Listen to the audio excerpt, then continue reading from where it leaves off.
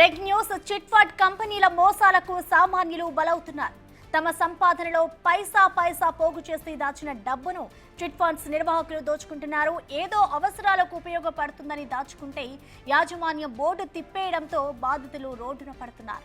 పల్నాడు జిల్లా నరసరావుపేటలోని సాయి సాధన chit funds ఒక్కటి కాదు, రెండు కాదు, వందల మందిని మోసం చేసింది. యాజమాన్యం బోర్డు తిప్పేయడంతో బాధితులు రోడ్డున పడ్డారు.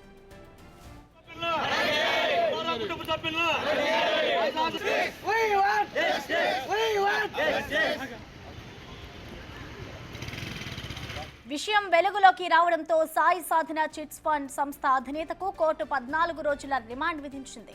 జైలు నుంచి తిరిగొట్టిన పుల్లారావు బాధితులతో సమావేశం ఏర్పాటు చేశారు. వారి లిస్టు తయారు చేసి నష్టపరిహారం చెల్లిస్తామని హామీ ఇచ్చారు. పుల్లారావు ఆస్తులను రేషియో ప్రకారం డివైడ్ చేసి బాధితులకు సమానంగా పంచుతామని టీడీపీ నేతలు హామీ ఇచ్చారు. ఈ క్రమంలో స్వల్ప ఘర్షణ తలెత్తడంతో బాధితులంతా తమకు న్యాయం చేయాలి అంటూ ఎమ్మెల్యే అరవింద్ను ఆశ్రయించారు. తమకు న్యాయం చేయాలని కోరారు బాధితులు.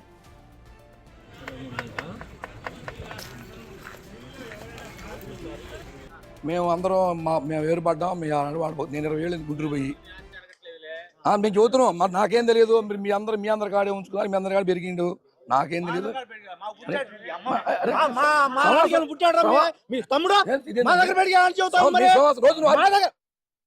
170 కోట్ల రూపాయలకు కుచ్చుటోపి పెట్టిన పాలడుగు పుల్లారావుపై పలు పోలీస్ స్టేషన్లలో కేసులు నమోదయ్యాయి.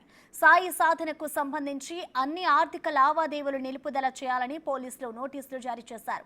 Sai Sadhana chits, Vijayalakshmi township real estate వ్యాపార సంస్థల్లో సోదాలు చేశారు. విధి లేని పరిస్థితుల్లో చిట్ ఫండ్స్ అధినేత పుల్లారావు ఎక్సైజ్ కోర్టులో సరెండర్ అయ్యారు.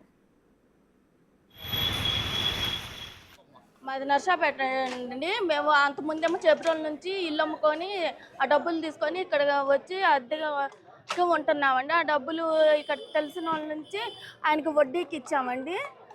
ఆయనేమో వడ్డీ ఇవ్వలేదు, నోట్ రాస్తున్నాడు కానీ వడ్డీ అయితే ఇవ్వట్లేదు. అసలు ఇవ్వని కూడా ఇవ్వలేదండి. ఇప్పుడు మా పిల్లలు చదువుకోవాలన్నా మాకు ఎంతో ఇబ్బందిగా ఉందండి. చాలా ఇబ్బందిగా ఉంది. మా ఆయన పిఎఫ్ డబ్బులు అవన్నీ దాంట్లోనే పెట్టామండి. ఈడిఎల్ మొత్తం లోన్లు పెట్టుకొని దాంట్లోనే పెట్టామండి. ఏదో వడ్డీ వచ్చింది, పిల్లలు చదివించుకొని తర్వాత పెళ్లికి ఉపయోగపడుతుంది అని. మీరు ఇప్పుడు వడ్డీ డబ్బులు ఇవ్వకపోతే మేము చచ్చిపోతాం సార్. మా బతికిగా 22 లక్షలు ఉంది. ఇంట్రెస్ట్ రొక్కం ఇచ్చామండి. నర్సాపేట సార్. కోటేశ్వరి అండి. నా పేరు ఇట్టే కొండయ్య. మరి పల్నాడు జిల్లా ముఖద్వారమైన నరసరావుపేటలో ఆర్థిక సంబంధమైన నేరాలు జరిగినాయి. మరి ఇది గడిచిన వారం నుంచి కూడా ఇది మీడియా దృష్టిలోకి రావడం జరిగింది.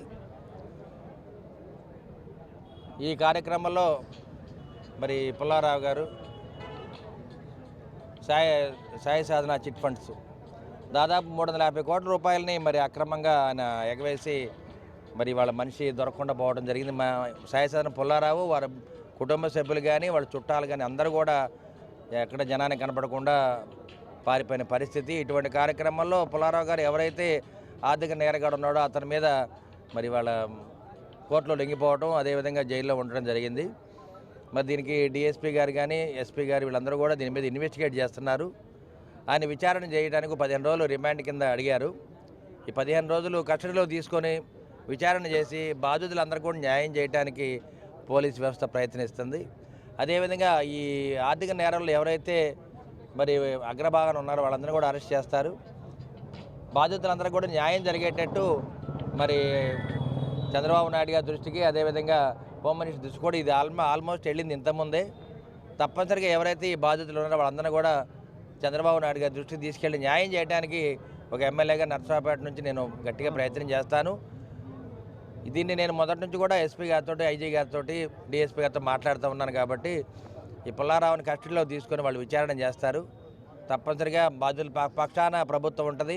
వీళ్ళకి న్యాయం జరిగే వరకు మేమందరం కూడా పోరాటం చేస్తామని చెప్పి మీడియా ముఖంగా తెలియజేస్తూ, ఇటువంటి ఆర్థిక నేరాలు చేయడం వల్ల ప్రభుత్వంలో మన ప్రజాస్వామ్యం మొత్తం కూడా కూలిపోద్ది, వ్యవస్థ మొత్తం కూడా వెనకబడిపోయే పరిస్థితి ఉంది. కాబట్టి ఇటువంటి ఆర్థిక నేరాలు, ఆర్థిక వ్యవస్థ చిన్నాభిన్నం చేసే వ్యక్తులు మనం ఎప్పుడు కూడా కాపాడటానికి వీల్లేదని చెప్పి మీడియా ముఖంగా తెలియజేస్తూ తప్పనిసరిగా పోలీసు వాళ్ళు మనకు అండగా ఉంటారు, ప్రభుత్వం అండగా ఉంటుంది, బాధితులకు న్యాయం చేస్తానని చెప్పి మీడియా ముఖంగా తెలియజేస్తున్నాను.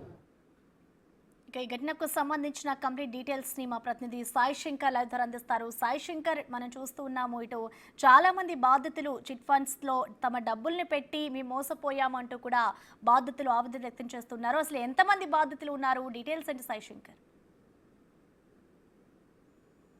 ప్రధానంగా నర్సరాపేటలో పాలడుగు పుల్లారావు చేసినటువంటి చిట్ ఫండ్ సాయి సాధన చిట్ ఫండ్ మోసానికి సంబంధించి ఒకసారి పరిశీలిస్తే ఆ చిట్స్ కట్టిన వాళ్ళంతా కూడా డాక్టర్లు, అదేవిధంగా చదువుకున్నటువంటి వాళ్ళు ఉన్నారు. చాలా మంది వాళ్ళు చేసేటటువంటి వ్యాపారాలు కానీ లేకపోతే వాళ్ళు ఉన్నటువంటి ఫీల్డ్కి సంబంధించినటువంటి దాంట్లో సంపాదించిన దాన్ని చిట్స్ రూపంలో పెట్టి అధిక మొత్తంలో వస్తాయి అనేటటువంటి ఒకే ఒక ఆశ, వాళ్ళు అంటే చదువుకున్న వాళ్ళు అయినప్పటికీ కూడా రెట్టింపుగా వస్తాయనేటటువంటి ఒకే ఒక ఆశతో ఈయన దగ్గరికి తెచ్చి చిట్స్లో కట్టడం జరిగింది.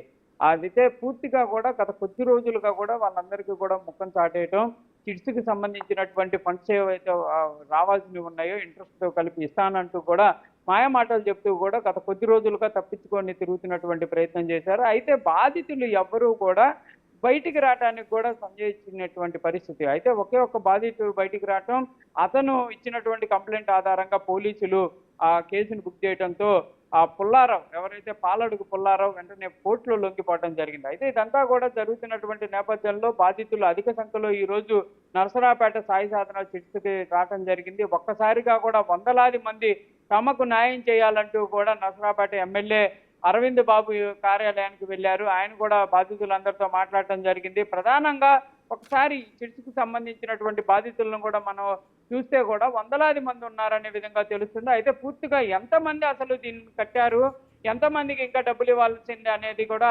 పోలీసులు అయితే విచారణ చేపడుతున్నారు. పూర్తి స్థాయిలో ఒక క్లారిటీ అయితే రావాల్సినటువంటి పరిస్థితులు ఉన్నాయి. ఒకసారి 170 కోట్ల రూపాయలకు సంబంధించి చిట్స్ అయితే మోసం జరిగినట్లయితే ప్రాథమికంగా అంచనా వేస్తున్నారు. దీని సంఖ్య పెరిగేటటువంటి అవకాశాలు కూడా ఉన్నాయనే విధంగా కూడా కొంత విచారణలో అయితే తెలుస్తున్నటువంటి పరిస్థితులు ఉంది. ఏదైనప్పటికీ కూడా ఈ అంశం అనేది పూర్తి స్థాయిలో పోలీసులు దృష్టి పెట్టడం, ఒక కమిటీకి ఇస్తే తప్పితే ఈ ఇన్వెస్టిగేషన్ అనేది పూర్తి స్థాయిలో సాగేటటువంటి అవకాశాలు లేవు అనే విధంగా డిమాండ్లు కూడా వినిపిస్తున్నాయి. బాధితులు అయితే క్లియర్గా చెప్తున్నారు, వందలాది రూపాయలు అంటే తాము ఏదో తమ పిల్లల్ని చదివించుకోవడానికో లేకపోతే తమకు ఉన్నటువంటి ఆస్తులు నమ్మో ఈ చిట్స్లో పెట్టాము, ఎందుకంటే కొంత ఇంట్రెస్ట్ ఎక్కువగా వస్తుంది అనేటటువంటి ఒకే ఒక ఆశతోనే ఇలాంటి పరిస్థితి ఉంది. ప్రస్తుతం మా పిల్లలు పెళ్లిళ్ళు చేయాలన్నా ఏం చేయాలన్నా కూడా చేతిలో రూపాయి లేదంటూ కూడా ఒక మహిళ అయితే టీవీతో కూడా మాట్లాడుతూ ఆవేదన వ్యక్తం చేసినటువంటి పరిస్థితులు ఉన్నాయి. ఇలాంటి పరిస్థితి వందలాది మంది ఉన్నారు, వాళ్ళందరికీ న్యాయం జరిగేటటువంటి పరిస్థితి ఉంటుందా అంటే ప్రశ్నార్థకమైన చెప్పచ్చు. ఎందుకంటే ఆర్థిక నేరాలకి వందలాది మంది బలైపోతున్నటువంటి పరిస్థితులు ఉన్నాయి. వీటికి సరైనటువంటి చట్టాలు, కఠినమైనటువంటి నియమాలు లేవనే సాయి శంకర్, ఇటు బాధితులైతే తమకు న్యాయం చేయాలి అంటూ కూడా కోరుతున్నారు. ఇటు చూసుకుంటే పుల్లారావు మీద కూడా గతంలో కొన్ని కేసులు ఉన్నట్లు కూడా తెలుస్తోంది. సో మొత్తంగా ఆయన ఆస్తులను అన్ని అటాచ్ చేసి దాని నుంచే ఎవరైతే బాధితులు ఉన్నారో వాళ్ళందరికీ కూడా అమౌంట్ పరిహారం అంతా కూడా ఇస్తామంటూ కూడా చెప్తున్నారు. సో మొత్తంగా అందరికీ సరిపోతుంది అనుకోవచ్చా, అందరికీ న్యాయం జరుగుతుంది అనుకోవచ్చా? అంటే ప్రధానంగా ప్రసన్న ఇక్కడ క్లియర్గా మనం ఒక అంశం ఆలోచించాలి. బాధితులు బయటకు వస్తున్నారు, కంప్లైంట్ చేస్తున్నారు, వాళ్ళ దగ్గర ఉన్నటువంటి ప్రూఫ్లు చూపిస్తున్నారు. కానీ వీళ్ళందరికీ వాళ్ళకు ఉన్నటువంటి ఆస్తులు అమ్మి కట్టేటటువంటి పరిస్థితి ఉంటుందా అంటే ఎవరు పడితే వాళ్ళు చేసేటటువంటి పరిస్థితి ఉండదు. కంపల్సరీగా దీనికి సంబంధించి ఎంత నష్టం జరిగింది, అసలు నిజంగా అతను ఇవ్వాల్సింది ఎంత, వీళ్ళు చెప్తుంది ఎంత, ఇదంతా కూడా కోర్టు పరిధిలో జరగాల్సినటువంటి పరిస్థితులు ఉంటాయి.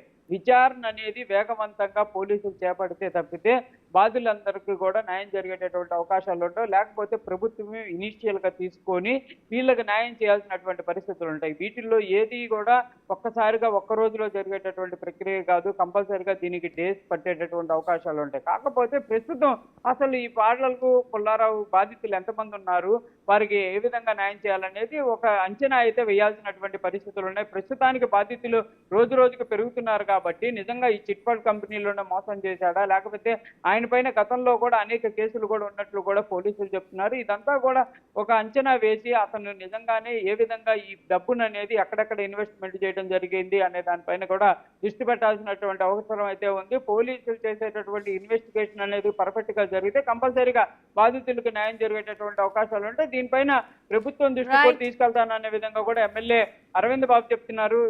హోమ్ మినిస్టర్ అదేవిధంగా ముఖ్యమంత్రి దృష్టిలో ఉంది. కానీ నేను కూడా ప్రత్యేకంగా వీటిని తీసుకెళ్తాను, బాధితులందరికీ న్యాయం చేస్తాననే విధంగా కూడా ఆయన హామీ ఇవ్వడం జరిగింది. కాబట్టి మరి ఈ కేసు వేగవంతంగా ముందుకు వెళ్ళేటటువంటి అవకాశాలు ఉన్నాయి అనే విధంగా అయితే మాత్రం అర్థమవుతుంది. కాకపోతే కంపల్సరీగా ఇందులో కొంతమంది పోలీస్ డిపార్ట్మెంట్ వాళ్ళు కూడా పుల్లారావు ఎవరైతే పాలడుగు పుల్లారావుకి బంధువులుగా ఉంటున్న నేపథ్యంలోనే అతను చాకచక్యంగా కోర్టులో హాజరవటం కానీ అక్కడి నుంచి వెంటనే రిమాండ్కి వెళ్ళినటువంటి పరిస్థితులు ఉన్నాయి. మరి ఈ వేగంగా జరగాలంటే పోలీసులు క్లియర్గా జరిగేటటువంటి ఇన్వెస్టిగేషన్ జరుగుతుందా లేదా అనేటటువంటి అనుమానాలు అయితే ప్రస్తుతం వ్యక్తమవుతున్నటువంటి పరిస్థితులు ఉన్నాయి. ప్రస్తుతం థ్యాంక్ యూ సాయి శంకర్.